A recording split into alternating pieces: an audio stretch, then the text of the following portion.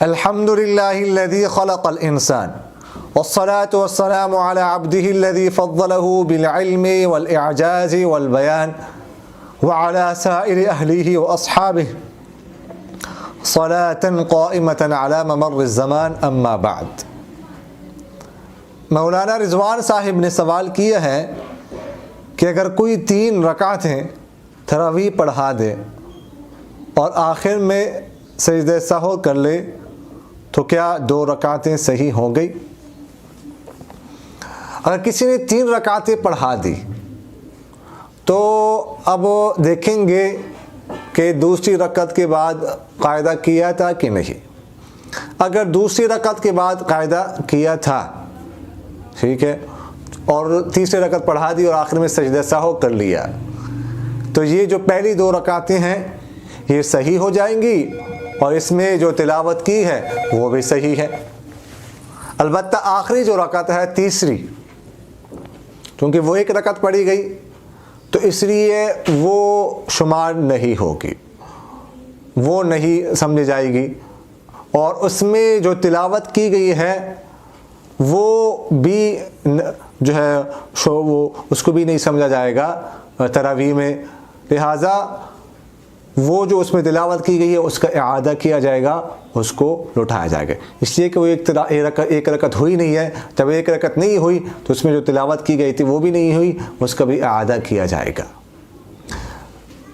اور اگر دوسری رکعت کے بعد قاعدہ نہیں کیا تھا، 3 رکعتیں پڑھا دی، آخر میں سلام پھیر دیا، تو اس صورت میں سجدہ سہو کرنے سے بھی نماز صحیح نہیں ہوگی، تراویح نہیں ہوگی.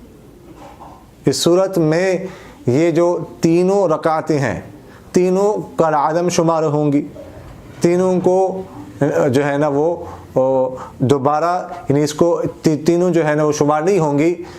اب وہ تینوں میں جو تلاوت کی گئی ہے اس تلاوت کا بھی اعادہ ہوگا، تلاوت کو بھی لوٹایا جائے گا، اور اس کے علاوہ 2 رکعتیں اور وہ پڑھی جائیں گی، 2 رکعتیں اور پڑھی جائیں گی وقت کے اندر. یہ 3 رکعتیں گویا کہ جو ہے کل عدم ہے، یہ شمار ہوئی نہیں، اس کے علاوہ 2 رکعتیں اور وہ پڑھی جائیں گی، اور ان تینوں میں جو تلاوت کی گئی وہ ساری تلاوت کا اعادہ بھی کیا جائے گا. البتہ اگر وقت گزر چکا ہو تو اس کے بعد یہ جو تراویح ہیں 2 رکعتیں ان کا اعادہ تو نہیں ہے، البتہ جو تلاوت کی گئی ہے اس کا اعادہ کیا جائے گا، اس کو اٹھایا جائے گا اگلے دن تراویح میں.